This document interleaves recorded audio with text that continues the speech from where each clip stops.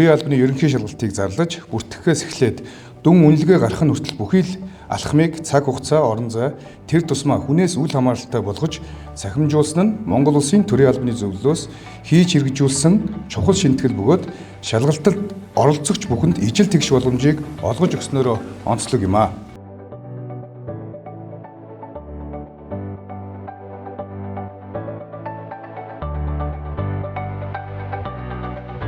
Цаашид чадхуйн зарчим, чадамжийн хүрээнд суурилсан сонгон шалгуулалтаар нөөцөө бүрдүүлж төрийн албыг иргэндээ үйлчилдэг ил тод хариуцлагатай алба болгох болгон бэхжүүлэхэд энэ төрөлцсөн ирсэн та бүхний хичээл зүтгэл, мэдлэг чадвар, харилцаа хандлага чухал хувь нэмэр оруулна гэдэгт бүрнээ итгэж байна.